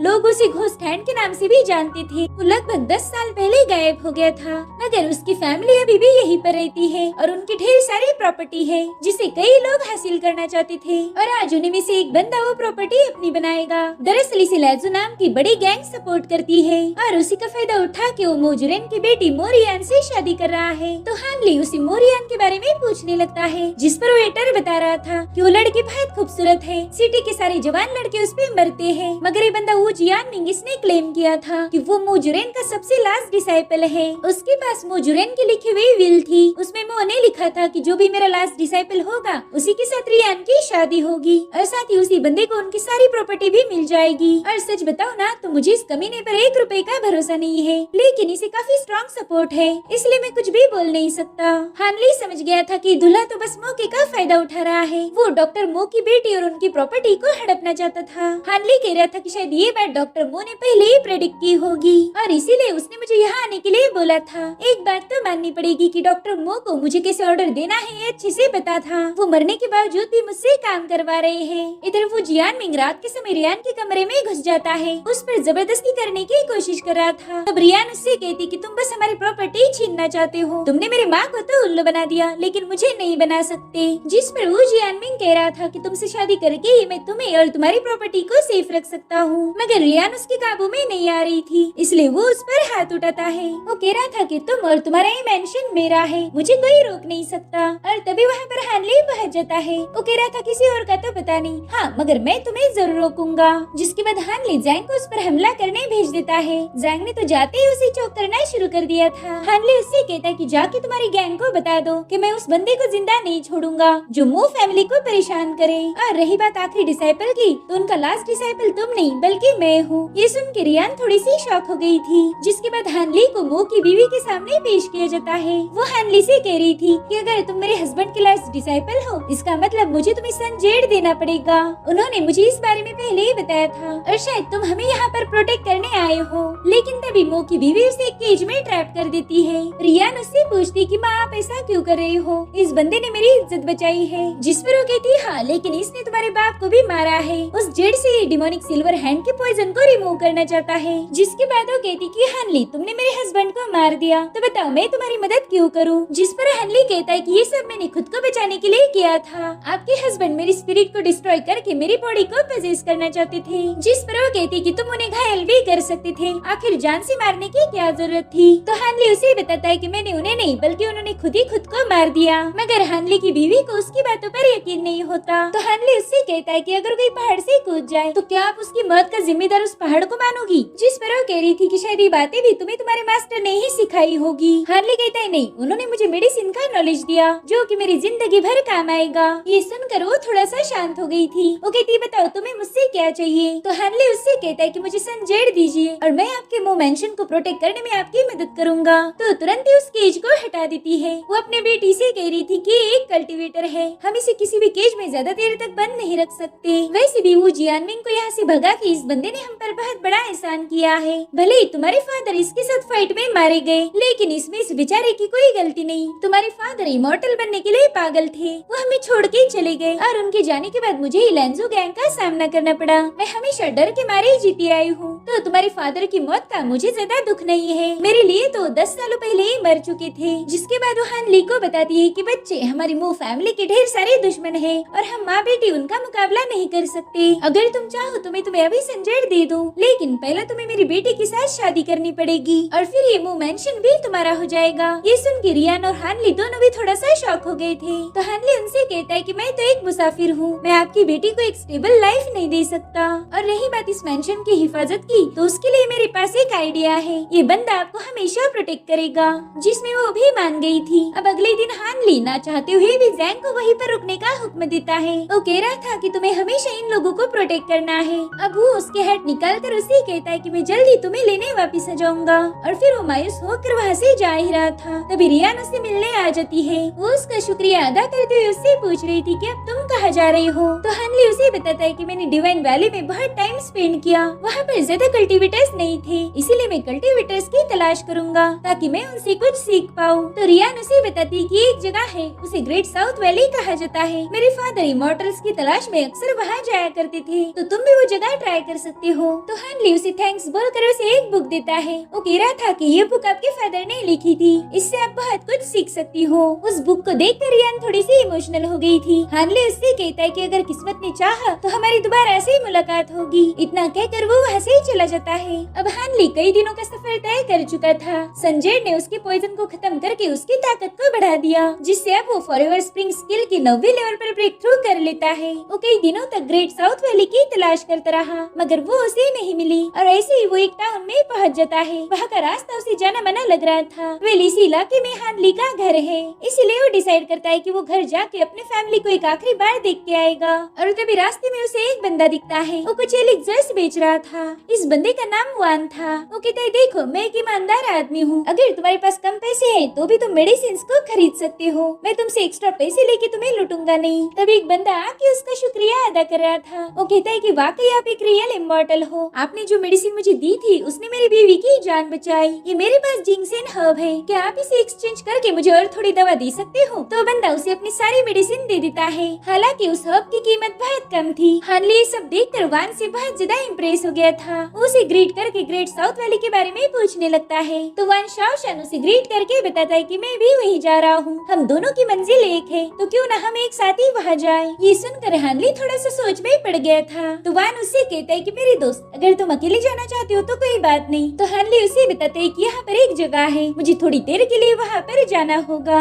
अगर आप मेरे लिए रुक सकते हैं तो फिर आगे का सफर हम साथ में तय करेंगे। जिस पर वान भी मान गया था। रास्ते में हानली उसके रहमदिल नेचर की तारीफ करता है, वहीं पर वान भी उसे प्रेज कर रहा था, क्योंकि हानली ने बहुत ही कम एज में कल्टीवेशन स्टार्ट की थी। वान उससे कह रहा था कि हानली तुम्हारे पास स्पेशल स्पिरिचुअल रूट है। तो हानली उसे स्पिरिचुअल रूट्स के बारे में पूछने लगता है, जिस पर वान कह रहा था कि स्पिरिचुअल रूट 5 कैटेगरीज में डिवाइडेड है, जो कि है earth, gold, wood, water and fire. मगर इसमें एक और खास कैटेगरी थी जिसे हेवनली स्पिरिचुअल रूट कहा जाता है। वान हानली को बताता है कि जिस भी बंदे के पास 4 एट्रीब्यूट्स वाले स्पिरिचुअल रूट है, वो कल्टीवेशन में ज्यादा दूर तक नहीं जा सकते। अब हानली उसे ची कंडेंसेशन के बारे में पूछ रहा था। तो वान उसे बताता है कि ची कंडेंसेशन कल्टीवेशन की पहली स्टेज है, दूसरी स्टेज है फाउंडेशन एस्टेब्लिशमेंट, थर्ड है कोर फॉर्मेशन और चौथी लेवल है नेसेंट सोल। मैंने सुना है कि इसके आगे भी एक रेल्म है, उसे डेटी ट्रांसफॉर्मेशन कहा जाता है। जिसके बाद वो हानली को लाइफ स्पैन के बारे में बताता है, जैसे कि मॉर्टल्स आमतौर पर 100 सालों तक जी सकते हैं, लेकिन तुम अगर नेसेंट सोल लेवल पर पहुंच गए तो तुम 1000 सालों से भी ज्यादा जी सकते हो। ये सुन के तो हानली बहुत ज्यादा हैरान हो गया था। और तभी इन लोगों को एक बारात नजर आती है, जिसे देखकर वान तो बहुत ज्यादा एक्साइटेड हो गया था। दरअसल ये शादी किसी और की नहीं बल्कि हानली के सिस्टर की थी।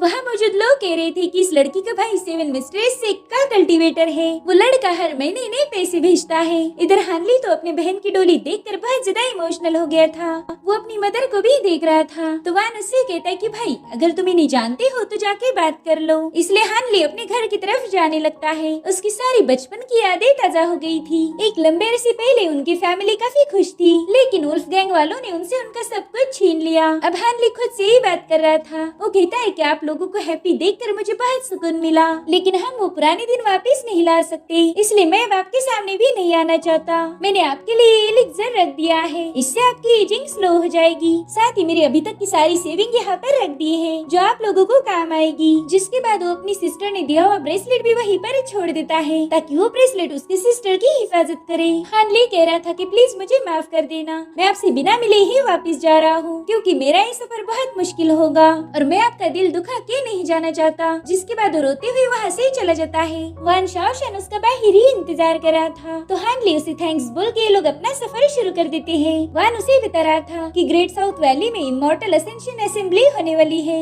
इसमें खासकर फ्री कल्टीवेटर्स ज्वाइन करते हैं। तो हानली उसे फ्री कल्टीवेटर्स के बारे में पूछने लगता है, तो वान कहता है कि ऐसे लोग जो किसी भी सेक्ट का हिस्सा नहीं है, उन्हें फ्री कल्टीवेटर्स कहा जाता है। वैसे हमारी शू कंट्री में टोटल 7 कल्टीवेशन सेक्ट है, जिनमें है mask moon sect, yellow maple valley, spiritual beast mountain, clear void sect, saber transformation dock, heavenly imperial fortress और सबसे आखिर में आता है ग्रेट सोर्ड सेक्ट। साथ ही इनमें कुछ फैमिलीज भी आती है, जिनमें से एक है यान फैमिली, और बाकी फैमिलीज के बारे में मुझे ज्यादा कुछ पता नहीं। अब बातें करते करते ये लोग ग्रेट साउथ वैली के पास आ गए थे। वान बताता है कि वहाँ पर एक छोटा सा फॉर्मेशन है, जिसे बादलों के बीच छुपाया गया है, ताकि वहाँ पर मॉर्टल्स ना जा पाए। ऑर्डिनरी लोग तो कभी भी उस वैली में नहीं जा सकते, लेकिन मुझे सब पता है। जिसके बाद ये लोग उस पहाड़ पर पहुँच गए थे। वहाँ पर बहुत ज्यादा धुंध थी, जिसे देखकर हानले कंफ्यूज हो जाता है, मगर वान ने उसे पोर्टल के अंदर खींच लिया था और इस तरह से फाइनली हानले ग्रेट साउथ वैली में एंटर करता है। वहाँ पर पूरा का पूरा टाउन था। वान उसे बताता है कि अगर तुम्हें यहाँ पर कुछ भी खरीदना है तो तुम स्पिरिचुअल स्टोन या फिर एलिक्सर को एक्सचेंज करके शॉपिंग कर सकते हो। अभी लोग उस टाउन को एक्सप्लोर कर रहे थे, तभी हानले देखता है कि एक बंदे ने वान का बटुआ चुरा लिया है, तो भी तुरंत ही उस बटुए को वापस चुरा लेता है।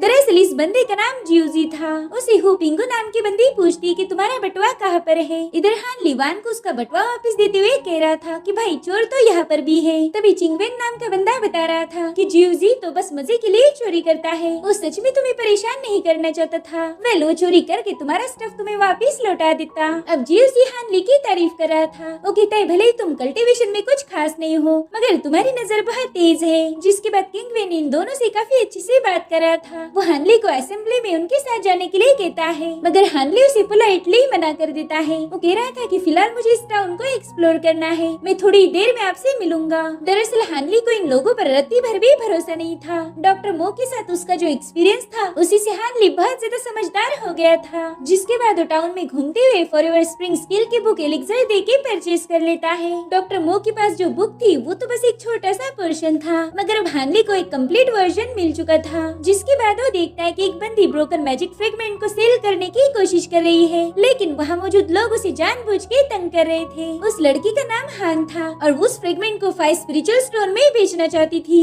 मगर वो लोग उसे बस एक स्टोन देने के लिए तैयार थे। हानले ही देखता है कि वो मैजिकल फ्रेगमेंट चीजों को गायब कर सकता है, इसीलिए वो तुरंत ही 2 गोल्डन एलिक्सर्स की बोतल देकर उस मैजिकल फ्रेगमेंट को खरीद लेता है। लेकिन ये बात उस बंदे को बिल्कुल भी अच्छी नहीं लगती, इसलिए वो जानबूझ के हानले के साथ झगड़े करना शुरू कर देता है। उसने तो हानले को मारने के लिए अपना वेपन भी बाहर निकाल लिया था, मगर तभी चाओ शियान नाम की बंदी उसे रोक लेती है। वो कह रही थी, सीनियर यूनफेंग, ये फ्रेगमेंट हमारे लिए इतना जरूरी नहीं, जल्दी असेंबली स्टार्ट होने वाली है, तो हमने उसी पर फोकस करना चाहिए। तो यूनफेंग भी उसकी बात मान जाता है। वो हानले से कह रहा था कि इस खूबसूरत लड़की की वजह से तुम बच गए, मगर हर बार तुम्हारी किस्मत तुम्हारा साथ नहीं देगी। हानले तो इस इंसिडेंट से थोड़ा सा शॉक था। उसे लगा नहीं था कि कल्टीवेशन की दुनिया में ऐसे कमीने लोग भी भरे पड़े हैं। जिसके बाद वो अकेले में आकर अपनी ग्रीन बोतल को बाहर निकाल लेता है। उस बोतल में सेंस ऑफ यूनिवर्स था और उसी की वजह से हानले लेवल अप कर पाया। अब वो तुरंत ही उस बोतल को मैजिकल फ्रेगमेंट में छुपा देता है। जिसके बाद वो वहाँ से जा ही रहा था कि तभी वो शॉप वाली बंदी हान उसके पास आ जाती है। वो हानले से कह रही थी कि मेरे पास आपके लिए एक और स्पेशल चीज है, शायद आपको ये पसंद आ जाए। जिसके बाद वो हानले को गोल्डन सिंसियरिटी ब्रश दिखाती है। इस ब्रश को 2 नंबर की रैंकिंग वाले डीमन बीस्ट के बालों का यूज करके बनाया गया था। इस ब्रश से टैलिस्मान लिखे जा सकते थे। तो हानले उसकी कीमत पूछता है, जिस पर हान बताती है कि इसकी कीमत है 2 बोतल एलिक्सर, मगर हानले कहता है नहीं, ये तो बहुत ज्यादा है। तो हान उसे एक टैलिस्मान की बुक भी ऑफर करती है। ये हानले को काफी दिलचस्प लगी थी, तो उसे भी परचेज कर लेता है। इधर वान अपने नए बने दोस्तों के साथ बैठा हुआ था। उन लोगों ने उसे बता दिया था कि उसकी कल्टीवेशन बेस सच्ची होकर भी वो असेंबली के लिए क्वालिफाई नहीं हो सकता। वो पिंगू उससे कह रही थी कि वो तुमची कंडेंसेशन की 7वीं रैंकिंग पर हो और 10 साल पहले जो असेंबली हुई थी उसमें 10th और 11th रैंकिंग वाले कल्टिवेटर्स भी मारे गए, इसलिए इस बार वो लोग ज्यादा सावधानी से काम ले रहे हैं। जीव जी कह रहा था कि हर 10 सालों में असेंबली ऑर्गेनाइज की जाती है और इसमें सभी राइजिंग स्टार और अच्छे सिक के बंदे आते हैं। और रही बात हमारी, तो हम फ्री कल्टिवेटर्स है, हमारे पास न ज्यादा स्किल है और न ही मैजिक वेपन्स, तो हमें यहाँ पर कम्पीट करने का भी चांस नहीं मिलेगा। मगर वान का मानना था कि फ्री कल्टिवेटर्स को भी मौका मिलना चाहिए क्योंकि 7 सिक के पास ही एलिक्सर्स होते हैं और बिना एलिक्सर के कल्टीवेट करना इम्पॉसिबल है। वो कह रहा था कि अगर हमें यहाँ पर एडमिशन नहीं मिली तो हम कल्टीवेशन की राह पर चल नहीं सकते। तभी किंगवेन बताता है कि एक और रास्ता है, अगर तुम्हारे पास इमॉर्टल टोकन है तो तुम्हें आसानी से एडमिशन मिल जाएगी। इधर हानली दूर से उनकी सारी बातें सुन रहा था। वेल, उसके पास भी एक इमॉर्टल टोकन था जिसे देखकर वो कह रहा था कि शायद इस बार मुझे गलती से बहुत बड़ा खजाना मिल गया। और इसी के साथ ये एपिसोड यही। हानली इमॉर्टल असेंबली अटेंड करने पहुंच जाता है। वहाँ पर कई सारे पावरफुल कल्टीवेटर्स थे, साथ ही पूरी शू कंट्री के 7 सिक के एल्डर्स भी डिसाइपल को सिलेक्ट करने वहाँ पर आ चुके थे। सबसे पहले इन सभी कल्टीवेटर्स के स्पिरिचुअल रूट्स को चेक किया जाएगा। जो भी इस टेस्ट को पास करेगा वो 7 सिक के लिए क्वालिफाई हो सकता था। जिसके बाद मार्शल आर्ट का भी ग्राउंड होने वाला था और उसमें जीतने वाले बंदे को एडमिशन के साथ साथ एक खास रिवॉर्ड भी दिया जाएगा। जिसके बाद वो एल्डर हवा में स्पिरिचुअल बॉल्स को रिलीज करती है,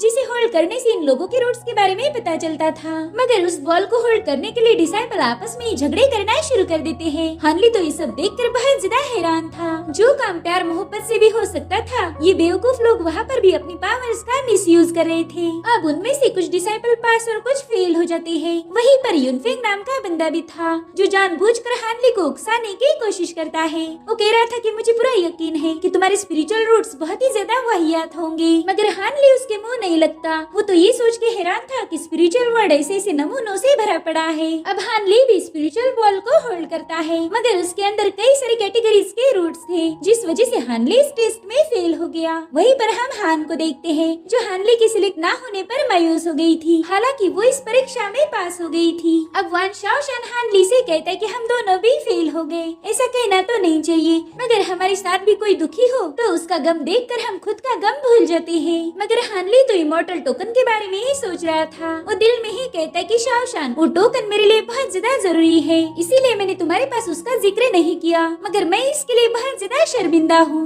जिसके बाद मार्शल आर्ट के सेकंड राउंड के लिए लोग जमा हो गए थे। इस राउंड में जीतने वालों को खास एलिक्सर मिलने वाले थे। इतना ही नहीं, उन्हें स्पिरिचुअल स्टोन से भी नवाजा जाएगा। जो जितने ज्यादा राउंड जीतेगा उसे उतने ही ज्यादा रिवॉर्ड्स मिलेंगे। अब अरीना में यान फैमिली का बंदा आ जाता है। शाओशान हानली को बता रहा था कि ये हमारी शू कंट्री की ग्रेट फैमिली में गिनी जाती है। इनकी कल्टीवेशन भले ही कमजोर हो, मगर यान फैमिली के पास काफी अच्छे मैजिक टूल्स और फॉर्मेशंस है, जिसके दम पर वो आसानी से जीत सकते हैं। और इसी वजह से आज के मैच में तो बहुत ज्यादा मजा आएगा। और तभी यान फैमिली का ओपोनेंट रिंग में आ जाता है, मगर इस बंदे ने तुरंत ही अपना मैजिकल टूल यानी कि स्टार हैमर का यूज करके उस बंदे को शिकस्त दे दी। ये देखकर हानली को समझ आ गया था कि कल्टीवेशन बस स्पिरिचुअल रूट्स पर ही नहीं बल्कि मैजिकल टूल्स, टैलिस्मान, फॉर्मेशन और एलिक्सर पर भी निर्भर करता है। अब अगला मैच यूनफेंग और एक बंदे के दरमियान था, लेकिन यूनफेंग ने तो उसे तुरंत ही हरा दिया। वो बंदा भी हार मान लेता है। वो कह रहा था कि मेरे पास ज्यादा स्किल नहीं है, इसलिए सीनियर प्लीज मुझे बख्श दीजिए। मगर हानली देखता है कि यूनफेंग ने अपना वेपन निकाल लिया है।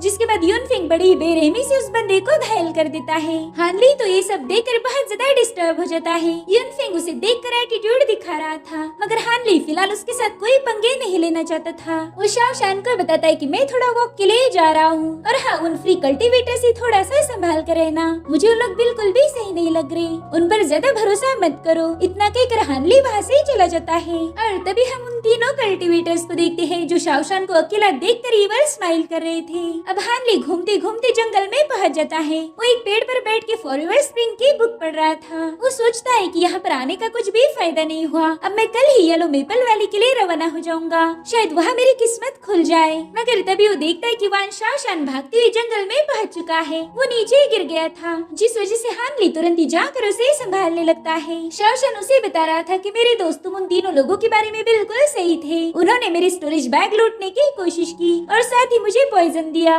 तो हानली तुरंत ही अपने निडल से उसे चेक करता है। वो तो बहुत ही स्ट्रॉन्ग वाला पॉइजन था, जिससे शाओशान अपना दम तोड़ देता है। और तभी हानली को पिंगू के हंसने की आवाज आ रही थी। वो कहती है कि तुम दोनों हमारे कभी से निशाने पर थे, चलो जल्दी से अपना सारा सामान हमारे हवाले कर दो और हम तुम्हें जिंदा छोड़ देंगे। मगर हानली सामान देने से मना कर देता है। तो लोग कहते ठीक है, फिर तुम भी शाओशान से मिलने जहन्नुम में चले जाना। जिसके बाद वो लोग हानली पर अटैक करना शुरू कर देते हैं। लेकिन हानली भी कुछ कम नहीं था, उनके सारे अटैक्स को डॉज कर रहा था। ये देखकर पिंकू अपने मिक्स्ड एनर्जी बीड को एक्टिवेट कर देती है। वो बीड एक साथ हानली पर अटैक कर रहे थे, मगर वो भी उन्हें डॉज कर लेता है। और इसी चक्कर में हानली के पास मौजूद ज़ैंग की हेड भी गिर जाती है। हानली के पास ये अपने दोस्त की आखिरी निशानी थी, जो कि अब खो गई, जिस वजह से हानली भी अब गुस्सा हो गया था और अब उसने फ्लाइंग स्वॉर्ड का यूज करना शुरू कर दिया, जिसकी मदद से वो जियोजी और पिंकू को बड़ी ही आसानी से खत्म कर देता है। हालांकि किंगविन समय रहते वहाँ से भाग गया था। अब हानली शाओशान को दफना कर उसे ग्रीट कर रहा था। वो कहता है कि तुम इस कल्टीवेशन की दुनिया में मेरे सबसे पहले दोस्त थे, मगर अफसोस हमारा साथ यही तक का था।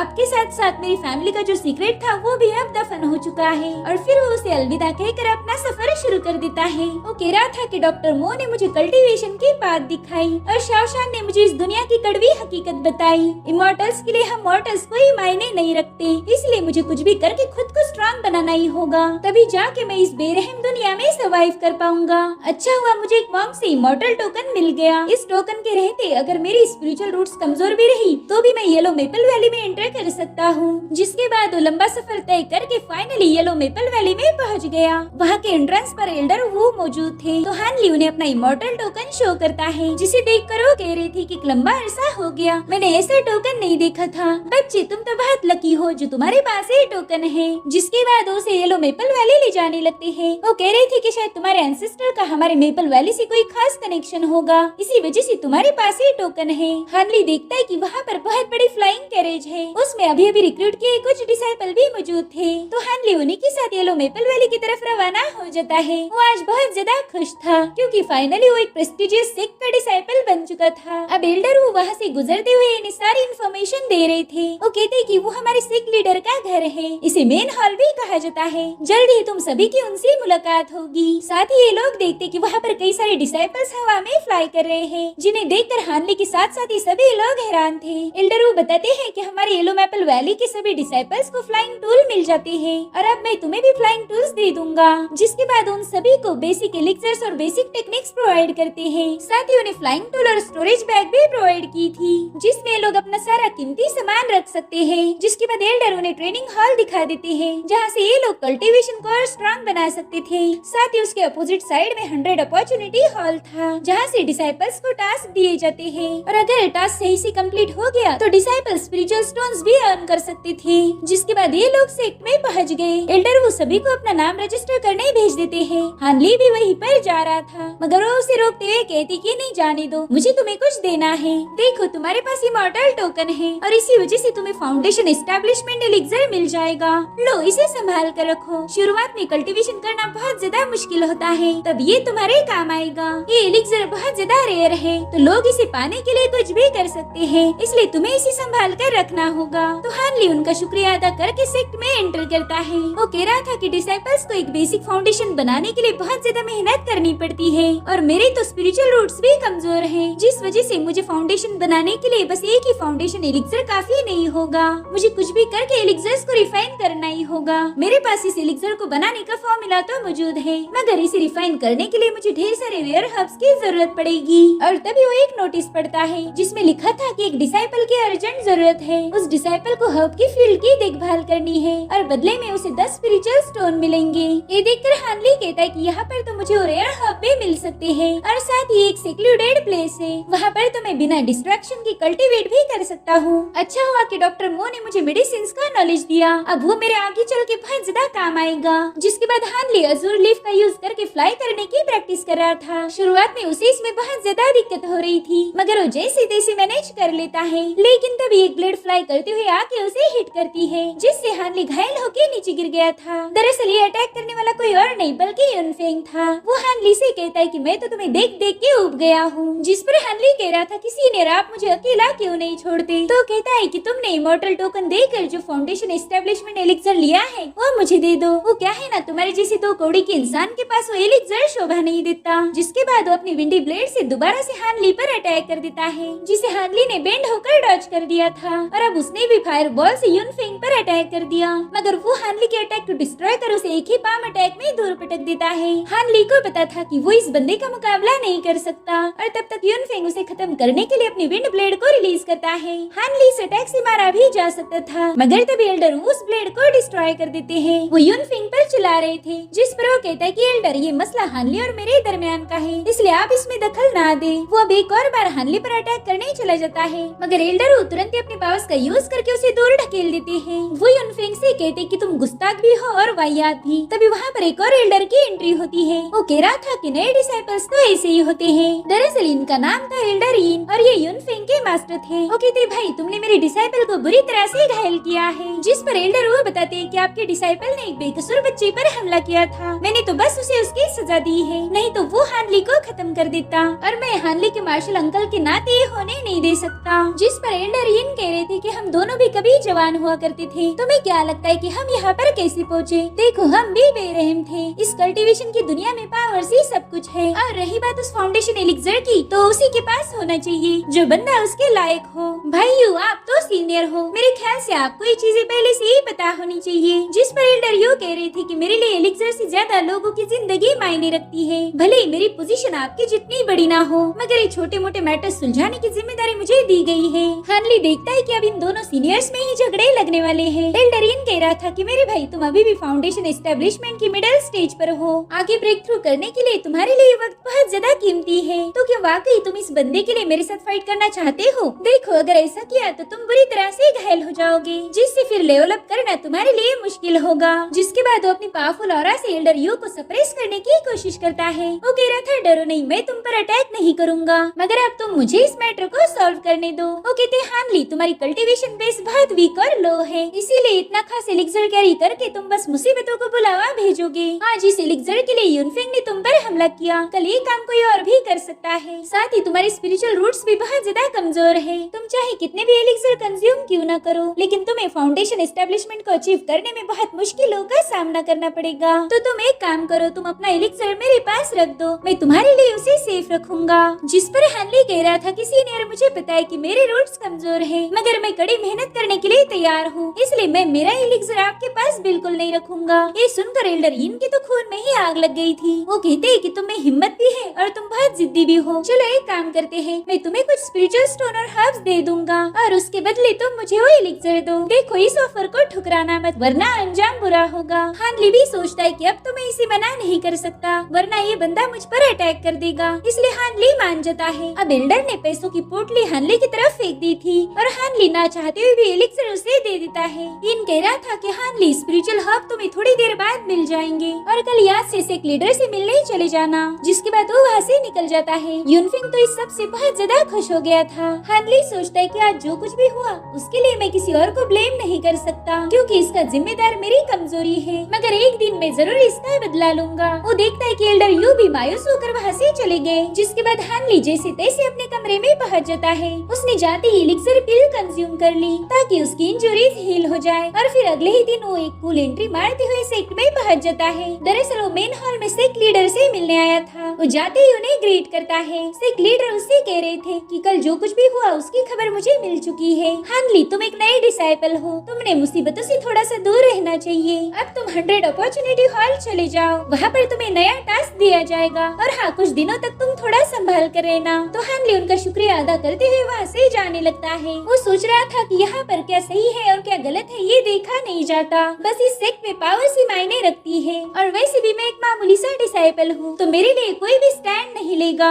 अब वहाँ से बाहर आते ही उसे एक बंदे की आवाज आती है। वेल कोई और नहीं बल्कि वही यूनफेंग था। वो कहता है कि फाइनली वो एलिक्सर मुझे मिल ही गया, मैं तो बहुत खुश हूँ और साथ ही लकी भी जो मेरी तुमसे मुलाकात हुई। शुआन उससे कह रही थी कि आप यहाँ पर नए हो, मगर फिर भी आपने आते ही प्रॉब्लम्स खड़ी करना शुरू की है। अगर ऐसे ही चलता रहा तो सभी मास्टर आपसे नफरत करेंगे। जिस पर वो कहता है कि तुम फिक्र नहीं करो, मुझे किसी से कोई डर नहीं और वैसे भी मैं ये प्रॉब्लम खड़ी नहीं करना चाहता था, मगर वो बदसूरत हानली बार बार मेरे सामने आ जाता है। हानली दूर से ही उनकी सारी बातें सुन रहा था। इधर शुयार यूनफेंग को संभाल के रहने के लिए बता रही थी, जिस पर वो कहता है कि अरे तुम हो ना मेरे साथ, तुम तो रेड विच के लीडर की भतीजी हो, वो जरूर से तुम्हें प्रोटेक्ट करेंगे और फिर तुम मुझे प्रोटेक्ट कर लेना। दरअसल यूनफेंग ने इस लड़की को अपने चक्कर में फंसाया था और ये बात हानली भी अच्छे से समझ गया, जिसके बाद वो सीधा हब के गार्डन में पहुंच जाता है। वहाँ के एल्डर उससे पूछ रहे थे कि मेरे गार्डन में पाँव रखने की तुम्हारी हिम्मत कैसे हुई, तो हानली उन्हें बताता है कि मुझे इस गार्डन को संभालने का टास्क मिला है, इसलिए मैं आपसे मिलने आ गया। तो एल्डर कहते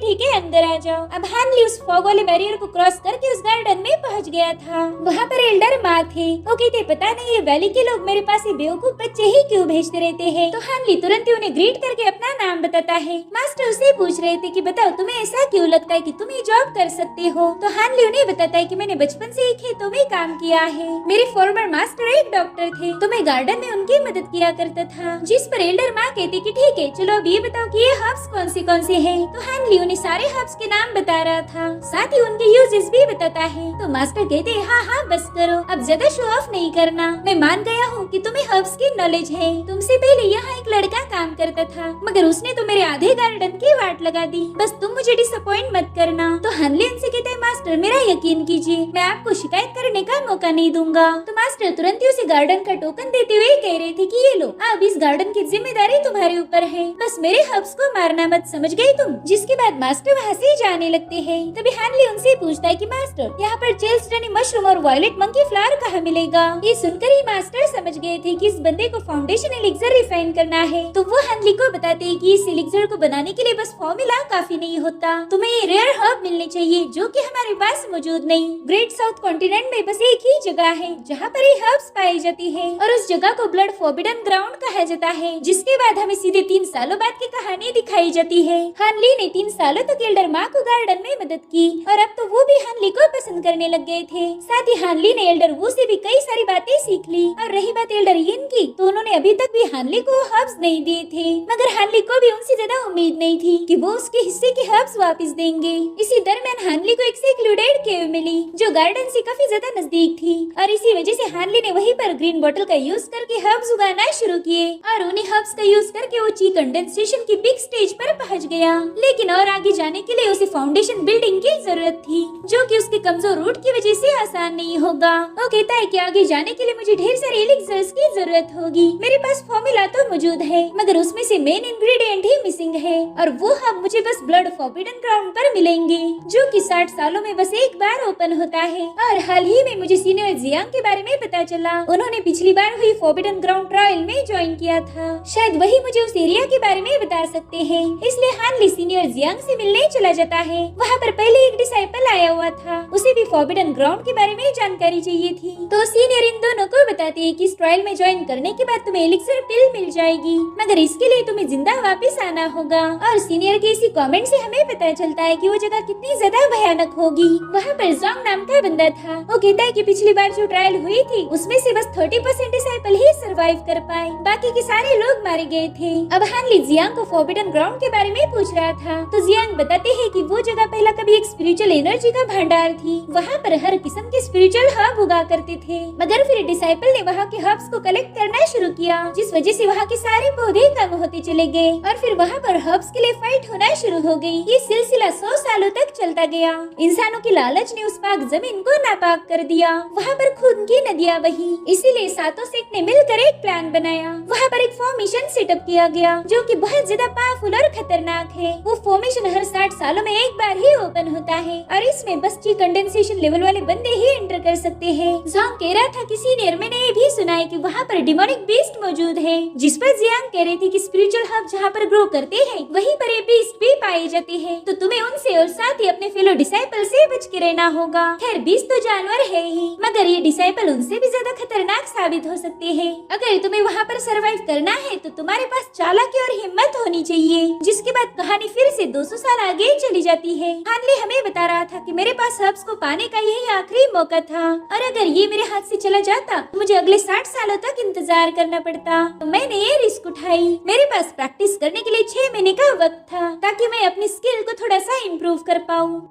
कहानी फिर से पास में चली जाती है। हानली वैली के मार्केट में पहुंच गया था। उसने अपने फेस पर मास्क लगाया था ताकि कोई भी उसे पहचान न पाए। जिसके बाद वो एक ट्रेजर स्टोर में चला जाता है। वहाँ पर उसने अपना नाम ली फेयू बताया। वो कहता है कि मुझे स्पेशल मैजिक टूल खरीदने हैं। मेरे पास पैसों की कोई कमी नहीं, बस अच्छे टूल की जरूरत है। ये सुनकर तो वो ओनर बहुत ज्यादा खुश हो गया था। वो कहता है बरखुरदार, तुम एकदम सही जगह पर आए हो। जिसके बाद उसे गोल्ड बीटल स्वान ब्लेड दिखाता है। इसमें एक मेन ब्लेड और दूसरी छोटी 8 ब्लेड्स थी, मगर हानली को ये ज्यादा पसंद नहीं आती। तो बंदा जिसका नाम वांग था वो हानली को दूसरी ट्रेजर दिखाना शुरू करता है, जिसमें हेवी सोड और शील्ड थी, साथ ही थंडर बॉल भी था। मगर हानली इनमें ज्यादा दिलचस्पी शो नहीं करता। तो बंदा फाइनली उसे गोल्डन लाइट ब्रिक टैलिस्मान दिखा देता है और ये हानली को काफी इंटरेस्टिंग लगा था। अब वो बंदा उसे बताता है कि ये बहुत ही खास ट्रेजर है। तो हानली कहता है ठीक है, इस हब को रख लो और इसके बदले में मुझे और टैलिस्मान दे दो। वो शॉपकीपर देखता है कि हानली ने दिया हुआ हब 1000 साल पुराना है। वो कह रहा था कि इतना खास हब मैंने आज तक नहीं देखा, लेकिन सिर्फ इतना सा हब उस ट्रेजर के लिए काफी नहीं होगा। तो हानली उसे ढेर सारे हब्स देकर वो सारे के सारे मैजिकल टूल खरीद लेता है। वो बंदा भी इससे बहुत ज्यादा खुश हो गया था। अब हानली सेक की तरफ वापस जाते हुए सोच रहा था कि इस टैलिस्मान के साथ मैं ब्लड फॉरबिडन ग्राउंड पर अपनी किस्मत आजमा सकता हूँ। और तभी उसे किसी की आवाजें आने लगती है। तो हानली चुपके से उन लोगों की बातें सुनने लगता है।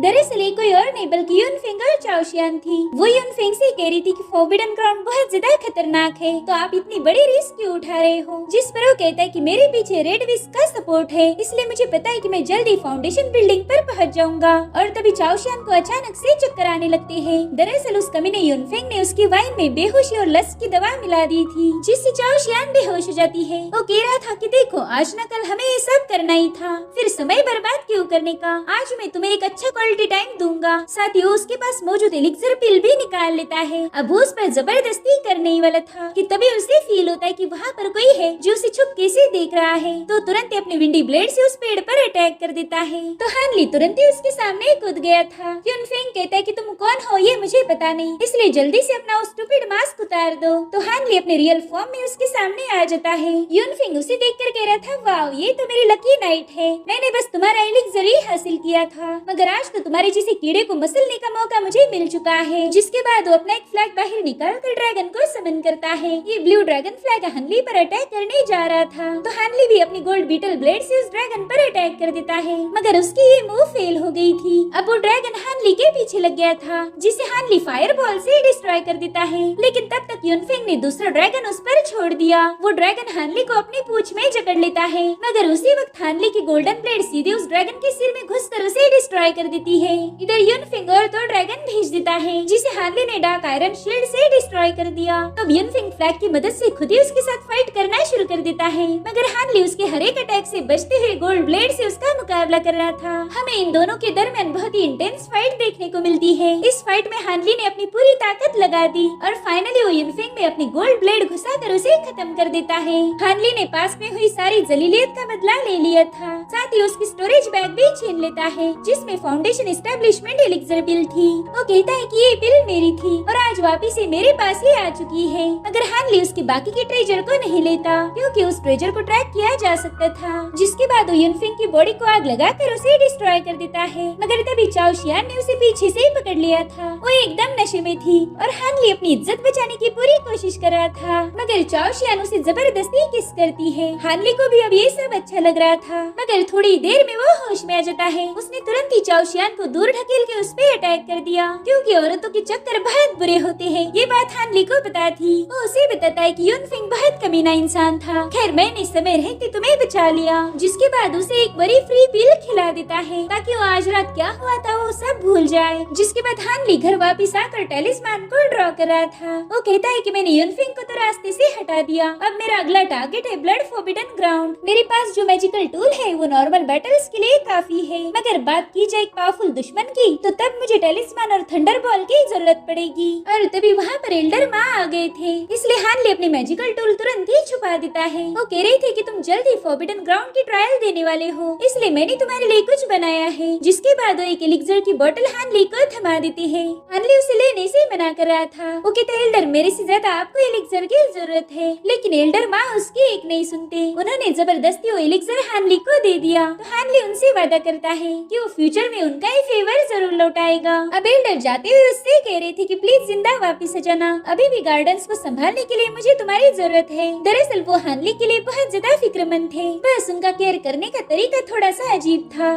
फाइनली वो दिन आ जाता है जिस दिन फॉरबिडन ग्राउंड की ट्रायल होने वाली थी। वहाँ पर एल्डर ली हुआ अपने पावरफुल पेट यानी कि सिल्वर पाइथन को समन कर लेते हैं और फिर ये सभी डिसाइपल उसी पर सवार होकर ब्लड फॉरबिडन ग्राउंड की तरफ रवाना हो जाते हैं। एल्डर ली हुआ रास्ते में सभी को बता रहे थे कि उस ग्राउंड पर ढेर सारे डिमोनिक बीस्ट है, तो अपने ट्रैक्शन टूल को संभाल कर रखना, इसी की मदद से मैं तुम्हें लोकेट कर पाऊंगा। साथ ही तुम्हारे पास जो मैप है उसे भी संभाल कर रखना, अगर वो गुम हो गया और तुम भटक गए तो फिर तुम्हारी मौत पक्की है। इधर हानली उस मैप को गौर से देख रहा था। वहाँ पर कुछ ऐसी जगहें थी जिसमें सबसे रेयर और स्पेशल हर्ब्स उगा करती थी। एल्डर बताते हैं कि इन्हीं हर्ब्स को रिफाइन करके तुम फाउंडेशन एस्टेब्लिशमेंट एलिक्सर बना सकते हो, मगर ये जगह सबसे ज्यादा खतरनाक है। यहाँ पर डिमोनिक बीस्ट मौजूद है और साथ ही ढेर सारा फॉग भी, मगर तीसरे दिन सन और मून बीड वहाँ मौजूद फॉग को हटा देगी, तब तुम लोग आसानी से हर्ब्स को कलेक्ट कर सकते हो। बस याद रहे कि कॉन्टिनेंट 5 दिनों तक ओपन रहेगा। 5वें दिन 5 बार बेल बजाई जाएगी और फिर तुरंत ही वो एरिया बंद हो जाएगा।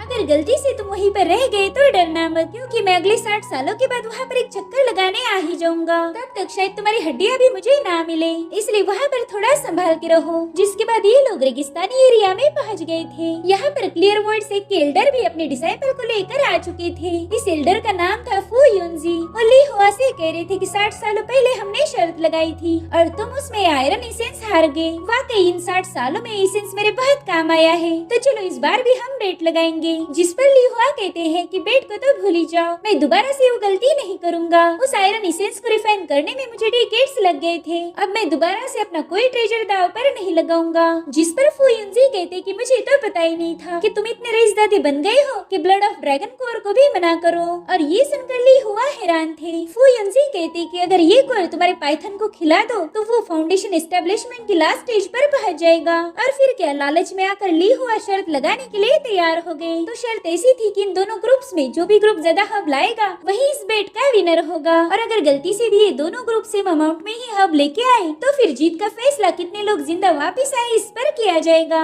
इन दोनों की बातें सुनकर डिसाइपल सोचते हैं कि इधर हमारे जान पर बनी है और ये दोनों लोग बेटिंग कर रहे हैं। तभी ली हुआ इन लोगों से कह रही थी कि तुम्हें तो लग रहा होगा कि मैं बहुत ही जालिम बंदा हूँ जो तुम्हारी जिंदगी ऊपर दाव खेल रहा, मगर कल्टीवेशन की दुनिया ऐसी ही है। लो रैंकिंग वाले डिसाइपल कभी भी मारे जा सकते हैं, इसलिए तुम्हें कुछ भी करके इस ट्रायल को सरवाइव करना होगा। चलो आज की रात तुम यहीं पर आराम करो, कल से ट्रायल शुरू होगी। और इसी के साथ एपिसोड भी यहीं पर एंड हो जाता है। गाइस, अगर आपको ये वीडियो जरा भी पसंद आई हो तो प्लीज इसे लाइक और एक प्यारा सा कमेंट जरूर कर देना। अगर आप चैनल पर नए हो तो प्लीज हमें सपोर्ट करने के लिए सब्सक्राइब भी कर लीजिए। Thank you so much for watching. Bye bye, take care.